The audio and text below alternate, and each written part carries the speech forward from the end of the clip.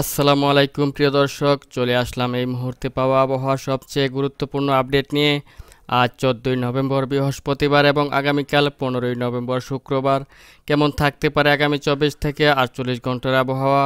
বাংলাদেশ থেকে শুরু করে পশ্চিমবঙ্গ, আসাম, মেঘালয় এবং উত্তর থেকে দক্ষিণ ও ত্রিপুরা রাজ্যে আগামী 24 থেকে 48 ঘন্টায় যেসব জেলাগুলোতে বিক্ষিপ্ত আকারে বৃষ্টি অথবা বজ্রসহ বৃষ্টিপাত হওয়ার সম্ভাবনা রয়েছে। এছাড়াও কবে নাগাদ বাংলাদেশে প্রচণ্ড শীত শুরু হতে পারে এবং কোথায় কোথায় আগামী 24 ঘন্টার মধ্যে ঘন কুয়াশার দেখা মিলতে পারে। এছাড়াও আগামী 24 ঘন্টায় বিভিন্ন জেলায় সর্বনিম্ন তাপমাত্রা ও সর্বোচ্চ তাপমাত্রা কত থাকতে পারে। তাছাড়া আগামী 5 দিনে কেমন থাকতে পারে দুই বাংলার আবহাওয়া এবং আগামী 10 দিনের ভিতরে বঙ্গোপসাগরে কোনো ঘূর্ণিঝড় সৃষ্টি হওয়ার আশঙ্কা রয়েছে কিনা, সেই সাথে আগামী 5 দিনের ভিতরে দুই বাংলার যেসব জেলায় মাঝারি থেকে ভারী বৃষ্টিপাত হওয়ার সম্ভাবনা রয়েছে। জানতে হলে পুরো ভিডিও জুড়ে সঙ্গেই থাকুন। আর আপনি কোন জেলা থেকে ভিডিওটি দেখছেন তা অবশ্যই কমেন্ট বক্সে জানিয়ে দিন। আর সবার আগে সবার প্রথম আবহাওয়া লেটেস্ট আপডেট পেতে আমাদের চ্যানেলটিকে সাবস্ক্রাইব করে রাখুন। তো চলুন এবার বিস্তারিত জেনে নেওয়া যাক এক নজরে। তো ভিউয়ার্স, এই মুহূর্তে আমি চলে আসলাম ইউরোপিয়ান রাডার এর ECMWF মডেল অনুযায়ী মেঘমালাতে। আর দেখে নিব পরবর্তী 24 থেকে 48 ঘন্টার ভিতরে বাংলাদেশের প্রত্যেকটি জেলা সহ পশ্চিমবঙ্গ এবং ভারতের আসাম, মেঘালয়, ত্রিপুরা রাজ্যের যেসব জেলাগুলোতে আপনার বিক্ষিপ্ত আকারে বৃষ্টি অথবা ঝড় বৃষ্টি হওয়ার সম্ভাবনা রয়েছে, সকল কিছু বিস্তারিত। তো ভিউয়ার্স, আমি দেখতে পাচ্ছি যে আপনার আজ হচ্ছে 14ই নভেম্বর রোজ বৃহস্পতিবার সন্ধ্যার দিকে চলে আসলে দেখতে পাচ্ছেন যে আপনার কোরেসং, তারপর হচ্ছে দার্জিলিং, এদিক থেকে রয়েছে আপনার শিলিগুড়ি, নকশালবাড়ি দেখতে পাচ্ছেন এসব অঞ্চলের আকাশে হালকা মাঝারি মেঘের আনাগোনা রয়েছে।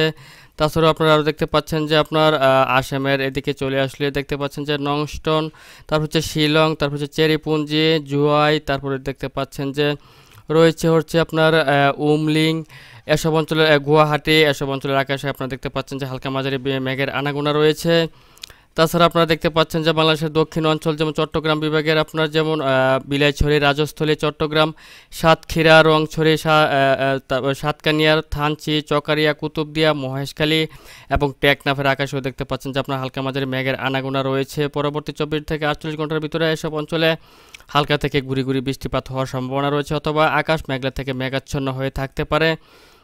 তো ভিউয়ার্স, আমি যদি আপনার রাত্রে 10টার দিকে চলে আসি, আজকে রাত্রে 10টার দিকে চলে আসলে আপনারা দেখতে পাচ্ছেন যে আসামের আপনার কিছু অংশ এবং দেখতে পাচ্ছেন যে বাংলাদেশের চট্টগ্রাম বিভাগের কিছু অংশ জুড়ে আপনার আকাশ একটু আংশিক মেঘলা থেকে মেঘাচ্ছন্ন হয়ে রয়েছে। তাছাড়া আপনারা দেখতে পাচ্ছেন যে বাংলাদেশের প্রত্যেকটি জেলাসহ আপনার পশ্চিমবঙ্গের আকাশও একেবারে পরিষ্কার রয়েছে এবং আবহাওয়া স্বাভাবিক রয়েছে।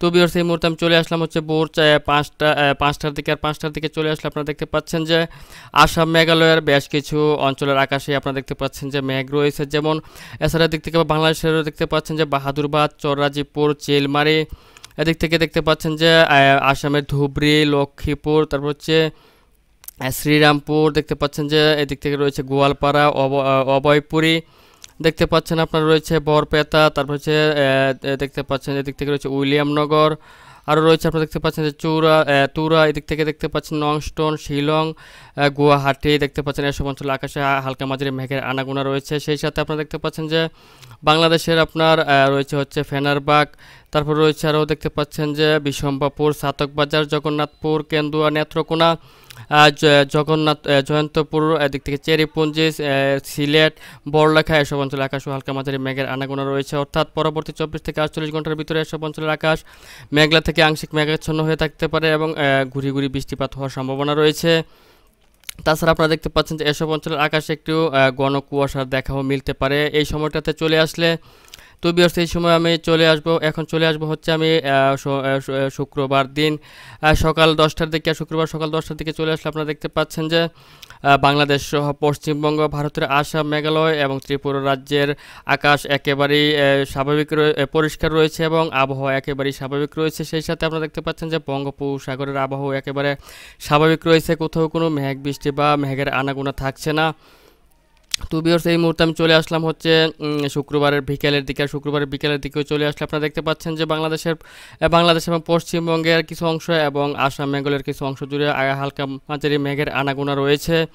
তো ভিউয়ার্স এই মুহূর্তে আমি চলে আসলাম হচ্ছে শুক্রবার সন্ধ্যার দিকে, আর সন্ধ্যার দিকে চলে আসলে আপনারা দেখতে পাচ্ছেন যে কেবলমাত্র আপনার শিলংয়ের আকাশে আপনারা দেখতে পাচ্ছেন যে হালকা মাঝারি মেঘের আনাগোনা রয়েছে, এবং দেখতে পাচ্ছেন যে বাংলাদেশের প্রত্যেকটি জেলা সহ পশ্চিমবঙ্গ, তারপর হচ্ছে ত্রিপুরা, তারপর দেখতে পাচ্ছেন মিজোরাম, তারপর দেখতে পাচ্ছেন যে আসাম, মেঘালয়, প্রত্যেকটি অঞ্চলের আকাশে একেবারে পরিষ্কার রয়েছে এবং আবহাওয়া একেবারে স্বাভাবিক রয়েছে, কোথাও কোনো মেঘ বৃষ্টির সম্ভাবনা থাকছে না। তাছাড়া আপনারা জেনেছেন যে ইতিপূর্বে জেনেছেন যে চলতি সপ্তাহ আগামী সপ্তাহের দিকে আপনার বঙ্গোপসাগরে একটি ঘূর্ণিঝড় সৃষ্টি ঘূর্ণিঝড়ের রূপ নিতে পারে, বঙ্গোপসাগরে একটি ঘূর্ণিঝড় সৃষ্টি হতে পারে, এবং সেটি আপনার নভেম্বর মাসের শেষ সপ্তাহের দিকে নিম্নচাপে পরিণত হতে পারে, এবং সেই সাথে নভেম্বর মাসের শেষ দিকে এটি আপনার ভারতীয় উপকূলীয় অঞ্চল এবং বাংলাদেশের উপকূলীয় অঞ্চলে আঘাত হানার সম্ভাবনা রয়েছে। তাছাড়া এই মুহূর্তে আমি আপনাদেরকে জানিয়ে দিব যে আগামী 24 ঘন্টার মধ্যে দুই বাংলার কোন জেলাতে কী সর্বনিম্ন এবং সর্বোচ্চ তাপমাত্রার পরিমাণ। তো ভিউয়ার্স আপনারা দেখছেন যে আগামী 24 পরবর্তী 24 ঘন্টার ভিতরে পরবর্তী 24 ঘন্টার ভিতরে আপনারা দেখতে পাচ্ছেন যে সর্বনিম্ন তাপমাত্রা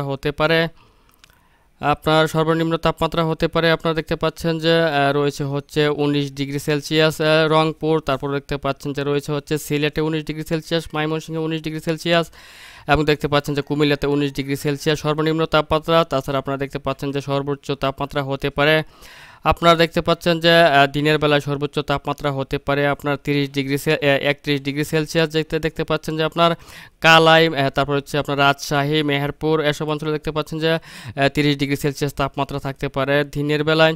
তাছাড়া দেখতে পাচ্ছেন যে রয়েছে হচ্ছে আপনার পশ্চিমবঙ্গের খড়গপুরে 31 ডিগ্রি সেলসিয়াস, কলকাতাতে 30 ডিগ্রি সেলসিয়াস, এবং জামশেদপুরে 30 ডিগ্রি সেলসিয়াস। এছাড়া দেখতে পাচ্ছেন যে আপনার এদিক থেকে মিজোরামে দেখতে পাচ্ছেন যে প্রায় 24 থেকে 25 ডিগ্রি সেলসিয়াস তাপমাত্রা থাকতে পারে। সেই সাথে আপনারা দেখতে পাচ্ছেন এদিক থেকে শিলংয়ে 22 ডিগ্রি সেলসিয়াস তাপমাত্রা থাকতে পারে। অর্থাৎ আপনার এই দেখা যাচ্ছে যে এই সময় আপনার রাত্রের দিকে চলে আসলে দেখতে পাচ্ছেন যে আপনার শুক্রবার রাত্রের দিকে চলে আসলে আপনারা দেখতে পাচ্ছেন যে আপনার ভারতের আসাম, তারপর হচ্ছে ত্রিপুরা ও মিজোরামের দেখতে পাচ্ছেন যে মোটামুটি ঘন কুয়াশার দেখা মিলতে পারে।